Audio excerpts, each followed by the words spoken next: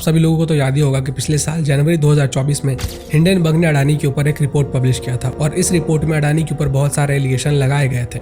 इस रिपोर्ट में अडानी ग्रुप के ऊपर स्टॉक मैनिपुलेशन, अकाउंटिंग फ्रॉड्स और सेल कंपनीज बनाने के एलिगेशंस लगाए गए थे। इस रिपोर्ट के पब्लिश होने के बाद से ही जो अडानी ग्रुप के शेयर्स थे वो गिरने शुरू हो गए थे, क्योंकि जिन जिन लोगों ने अडानी के शेयर्स में अपने पैसे इन्वेस्ट किए हुए थे उनका अडानी ग्रुप के ऊपर से ट्रस्ट कम हो गया था और इसलिए उन्होंने अपने शेयर्स सेल करने शुरू कर दिए थे। इस रिपोर्ट के पब्लिश होने के एक वीक के अंदर ही अडानी ग्रुप को करीबन $100 मिलियन का नुकसान हो चुका था। 24 जनवरी को अडानी की नेट वर्थ $120 बिलियन थी और वो दुनिया के थर्ड रिचेस्ट पर्सन थे, लेकिन 1 फरवरी को वो 10वें नंबर पर फिसल चुके थे और रिपोर्ट पब्लिश होने के 1 महीने बाद उनकी नेट वर्थ सिर्फ $46 बिलियन रह गई थी और वह दुनिया के टॉप 25 रिचेस्ट लोगों की लिस्ट से भी बाहर हो गए थे। अडानी ग्रुप के जो कंपनीज थे उनकी वैल्यू भी लगातार गिरती जा रही थी और ऐसा प्रतीत हो रहा था मानो कि अडानी ग्रुप कभी भी इस मामले से बाहर नहीं निकल पाएगा, कभी भी इस सिचुएशन से वो बाहर नहीं निकल पाएगा। लेकिन अभी जब मैं ये वीडियो शूट कर रहा हूँ उस समय तक अडानी वर्ल्ड्स 25 रिचेस्ट लोगों के लिस्ट में वापस से शामिल हो चुके हैं और इस साल 7 फरवरी को उनकी नेट वर्थ ने $100 बिलियन का मार्क भी क्रॉस कर लिया था,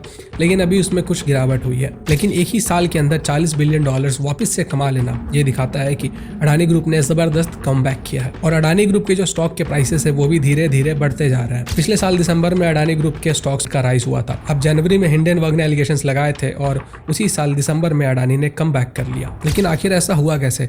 अडानी ने इतना जबरदस्त कमबैक आखिर कैसे कर लिया? अडानी के इस कमबैक में सबसे बड़ा जो योगदान था, जो सबसे बड़ा रोल था, वो था उनके इन्वेस्टर्स का। अब देखिए, जो बिजनेस होता है उसमें ट्रस्ट और कॉन्फिडेंस बहुत बड़ा रोल प्ले करता है। अगर आपको किसी के ऊपर ट्रस्ट है तो आप उसको 10 लाख रुपए भी दे सकते हो बड़े आराम से, बिना सोचे समझे, क्योंकि आपको पता है कि वो व्यक्ति वो पैसे आपको रिटर्न कर देगा। लेकिन अगर आपको किसी के ऊपर ट्रस्ट नहीं है तो आप उसको 100 रुपए देने से पहले 100 बार सोचोगे। और गौतम अडानी ये अच्छे से जानते हैं कि उनके इन्वेस्टर्स का जो ट्रस्ट है और जो कॉन्फिडेंस है, अगर वो हाथ से गया तो धंधा चौपट हो जाएगा। इसलिए अडानी ने बहुत सारे मेजर डिसीजंस लिए जिसके कारण उन्होंने वापस से जो इन्वेस्टर्स थे उनका ट्रस्ट जीता। तो आखिर ये जो मेजर डिसीजंस थे वो क्या थे, चलिए देखते हैं। जो सबसे पहला डिसीजन अडानी ने लिया वो था कि जो भी डेप्थ उनके ऊपर था, जो कर्ज उनके ऊपर था, उसको उन्होंने पे किया। अब देखिए, अडानी जैसे जो बड़े बड़े बिजनेसेस होते हैं, जो बड़े बड़े कंपनीज होते हैं, उनके ऊपर डेप्थ बहुत ज़्यादा होता है, क्योंकि ये लोग बिजनेस एक्सपैंड करने के लिए अपना पैसा नहीं लगाते हैं, बल्कि जो बैंक होता है उनसे पैसा लेते हैं या फिर किसी और दूसरी कंपनी से लोन लेते हैं। लेकिन बैंक्स किसी को भी आसानी से लोन नहीं देते हैं और इस लोन के लिए जो बड़े बड़े कंपनीज होते हैं वो अपने शेयर को बैंक को प्लेज कर देते हैं और इसी को कहा जाता है शेयर प्लेजिंग। इस शेयर प्लेजिंग के कारण ही जो इन्वेस्टर्स होते हैं उनका उस कंपनी के ऊपर से जो ट्रस्ट होता है वो कम होने लगता है और वो उस कंपनी के शेयर्स बेचने लगते हैं। लेकिन अडानी के केस में इससे पहले की जो शेयर प्लेजिंग था वो अडानी ग्रुप के लिए एक सिरदर्द बनता, वो उनके लिए लॉस का कारण बनता। अडानी ने इस शेयर प्लेजिंग का पहले ही इंतजाम कर दिया। तो पूरी स्टोरी को समझने के लिए पहले शेयर प्लेजिंग को समझ लेते हैं। इसको मैं आपको एक छोटे से एग्जांपल से समझाता हूँ। अब मान लो कि जैसे मैं हूँ, मेरा नाम है गौरव और मेरा कंपनी है इंजीनियर रिवील्स। अब ये जो मेरी इंजीनियर रिवील्स कंपनी है इसका एक शेयर का प्राइस है $500। अब मान लीजिए कि मुझे अपनी कंपनी इंजीनियर रिवील्स को एक्सपैंड करने के लिए कुछ पैसों की जरूरत है, तो मैं अपने कंपनी के शेयर्स को बेचने के बजाय मैं अपने शेयर को बैंक के पास गिरवी रख दूंगा और उसके बदले में बैंक से मैं पैसे ले लूंगा। तो अगर मुझे 5 करोड़ रुपए की जरूरत है तो मैं अपने 1 लाख शेयर को बैंक के पास गिरवी रख दूंगा। अब ये जो 5 करोड़ रुपए मैंने बैंक से लिए, अब इस उधार को अगर मैं बैंक को समय पे नहीं लौटाता हूं तो बैंक क्या करेगी कि मेरे कंपनी के जो 1 लाख शेयर्स थे उसको बेचकर वो पैसा वहां से निकाल के जो कर्ज है उसका भुगतान करेगी और इसी को कहा जाता है शेयर प्लेजिंग और इसी को कहा जाता है शेयर प्लेजिंग। अब ये जो शेयर प्लेजिंग होता है ये थोड़ा रिस्की होता है क्योंकि इसमें एक कॉन्सेप्ट होता है मार्जिन कॉल। अगर मान लीजिए कि मेरा जो कंपनी का शेयर है इंजीनियर रिवील्स का, जो कि पहले $500 हुआ करता था, अब क्योंकि मैंने अपने 1 लाख शेयर बैंक को दिए हुए हैं जिसका कि टोटल अमाउंट 5 करोड़ रुपए होता है। अब मान लीजिए कि अगर इस दौरान जब मुझे बैंक को पैसे पे करना है उस दौरान अगर मेरे कंपनी का जो शेयर है वो गिर जाता है, उसकी वैल्यू कम हो जाती है, तब जो 5 करोड़ रुपए का जो भुगतान करना होगा उसके लिए मुझे अपने कंपनी के और शेयर्स बैंक को देने पड़ेंगे। अब इस मार्जिन कॉल की वजह से होता यह है कि जो इन्वेस्टर्स होते हैं वो फ्यूचर में लॉस के डर के कारण जो शेयर्स होते हैं वो बेचने लगते हैं और इसके कारण जो कंपनी की वैल्यू होती है वो गिरती जाती है और यही एक बहुत बड़ा रीजन है कि ये जो शेयर प्लेजिंग होता है ये बहुत रिस्की होता है। अब अडानी के केस में क्या हुआ था कि अडानी ग्रुप ने बहुत सारे अपने जो शेयर्स होते हैं वो बैंक को प्लेज किया हुआ था, उनके पास गिरवी रखा हुआ था। अब जैसे ही हिंडनबर्ग का जब रिपोर्ट पब्लिश होता है और अडानी के जो स्टॉक्स होते हैं वो गिरने शुरू हो जाते हैं तो बैंक का कहना होता है कि तुम्हारे शेयर के जो प्राइस कम होने लगे हैं उसकी भरपाई के लिए, जो तुमने हमसे लोन लिया था उसकी भरपाई के लिए तुम हमें और स्टॉक्स दो। अब अडानी ने सोचा कि अगर हम बैंक को और स्टॉक्स दे देते हैं तो इसके कारण होगा ये कि जो इन्वेस्टर्स है उनका हमारे ऊपर से जो भरोसा है वो कम हो जाएगा, जो ट्रस्ट है वो वीक हो जाएगा, जिससे कि अडानी ग्रुप का बहुत ज्यादा लॉस हो सकता है। अब अडानी ने क्या किया कि बैंक से जो पैसे अडानी ने लोन लिए हुए थे उन सभी पैसों को डेडलाइन से पहले ही उन्होंने चुका दिया और इस कारण से उन्हें शेयर्स नहीं देने पड़े। अगर एग्जैक्ट अमाउंट की बात करें तो कुल $2.15 बिलियन का प्लेस्ड डेब्ट अडानी ने रीपे किया, जिसका डेडलाइन 31 मार्च था, लेकिन अडानी ग्रुप ने 12 मार्च के पहले ही लोन चुका दिया। इसके अलावा अंबुजा सीमेंट्स को खरीदने के लिए उन्होंने जो $500 मिलियन का लोन लिया था वो भी रीपे कर दिया। The Adani Group's debt share has fallen. The Adani Group says that it has completed the deleveraging program worth $2.65 billion.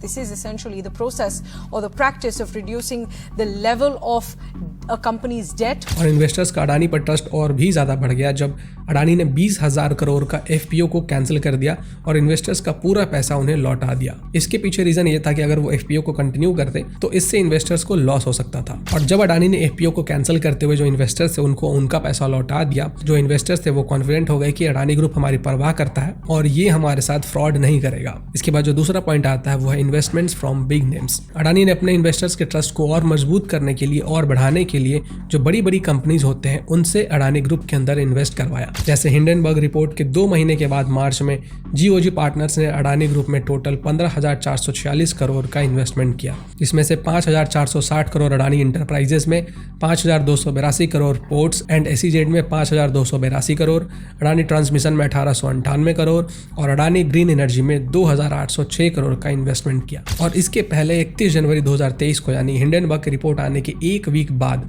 Abu Dhabi international holding company IHC ने भी अडानी इंटरप्राइजेस के एफपीओ में $400 मिलियन का इन्वेस्ट किया।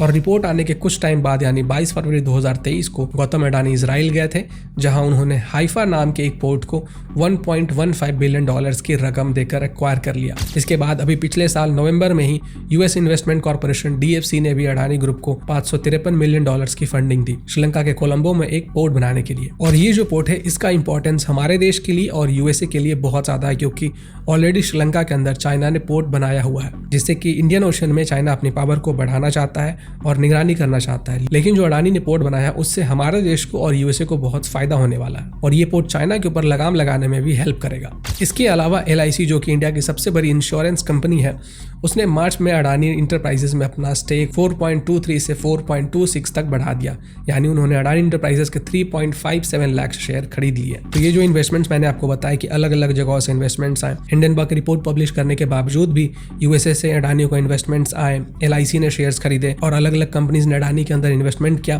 तो जो इन्वेस्टर्स थे उनको लगा कि भाई अगर LIC जैसी बड़ी कंपनीज अगर अडानी के अंदर पैसा इन्वेस्ट कर रही है, इसका मतलब अडानी ट्रस्ट वर्दी है और इसलिए जो इन्वेस्टर्स है उनका कॉन्फिडेंस अडानी के ऊपर बढ़ता गया और इन इन्वेस्टमेंट्स ने अडानी को कमबैक करने में बहुत बड़ा रोल प्ले किया। अब जो तीसरा पॉइंट है वो है सुप्रीम कोर्ट के कमेटी का रिपोर्ट। अडानी ग्रुप के लिए इस पूरे मामले में एक बहुत बड़ा टर्निंग पॉइंट तब था जब सुप्रीम कोर्ट की बनाई हुई कमेटी ने ये कहा कि हमें नहीं लगता है कि अभी तक अडानी ने कोई भी वायलेशन किया है। एक्चुअली में हुआ ये था कि सुप्रीम कोर्ट ने एक कमेटी बनाई थी और सेबी जो कि ऐसे मामलों की छानबीन करती है, उनको ऑर्डर दिया था कि तुम अडानी का हिंडनबर्ग वाला ये जो मामला है, ये जो एक्विजिशंस अडानी ग्रुप के ऊपर लगाए गए हैं, इसकी छानबीन करोगे और रिपोर्ट सबमिट करोगे। अब सेबी ने अभी तक रिपोर्ट तो सबमिट नहीं किया है, लेकिन उस कमेटी ने पिछले साल 19 मई को अपनी रिपोर्ट जारी की थी, जिसमें उन्होंने कहा था कि prima facie no violation. Prima facie का मतलब होता है एट फर्स्ट इंप्रेशन, यानी शुरुआती तौर पर देखने से ऐसा मालूम नहीं होता है कि अडानी ग्रुप ने लॉ एंड ऑर्डर का कोई भी वायोलेशन किया है। और इस रिपोर्ट की वजह से अडानी ग्रुप के जो इन्वेस्टर्स थे उनका जो ट्रस्ट था अडानी ग्रुप के ऊपर वो और बढ़ता गया और जो इन्वेस्टर्स उन्होंने और पैसे अडानी के अंदर इन्वेस्ट किए, जिससे कि अडानी ग्रुप के जो शेयर्स के प्राइस थे वो और बढ़ने लगे। इसके बाद जो चौथा पॉइंट है वो है हाई प्रॉफिट बिजनेस। अडानी के इस ग्रोथ के पीछे एक ये भी बड़ा रीजन है कि अडानी ने जो रिस्की प्रोजेक्ट्स थे उनके अंदर पैसे इन्वेस्ट करना बंद कर दिया। पिछले साल अडानी ने कई सारे प्रोजेक्ट्स के एक्विजिशन के प्लान्स को कैंसिल कर दिया था, जैसे कि छत्तीसगढ़ में 1200 करोड़ का एक पावर प्लांट एक्वायर करने का प्लान कैंसिल कर दिया। गुजरात और आंध्र प्रदेश में 3,110 करोड़ के रोड प्रोजेक्ट्स को अडानी ने कैंसिल कर दिया। अडानी महाराष्ट्र में ओरिएंट सीमेंट के साथ मिलकर मिलकर एक सीमेंट ग्राइंडिंग यूनिट बनाने वाले थे, उस डील को भी टर्मिनेट कर दिया गया।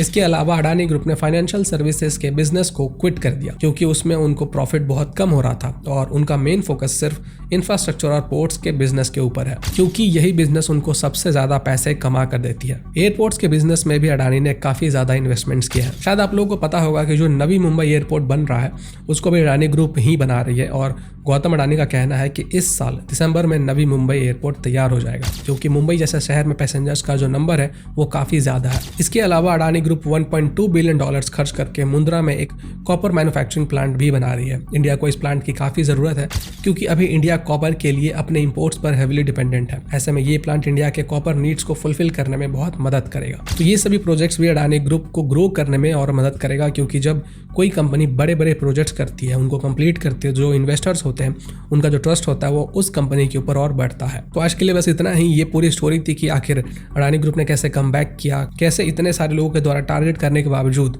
अडानी बढ़ता ही गया। बाकी कमेंट करके आप अपना ओपिनियन जरूर बताइएगा। नमस्कार।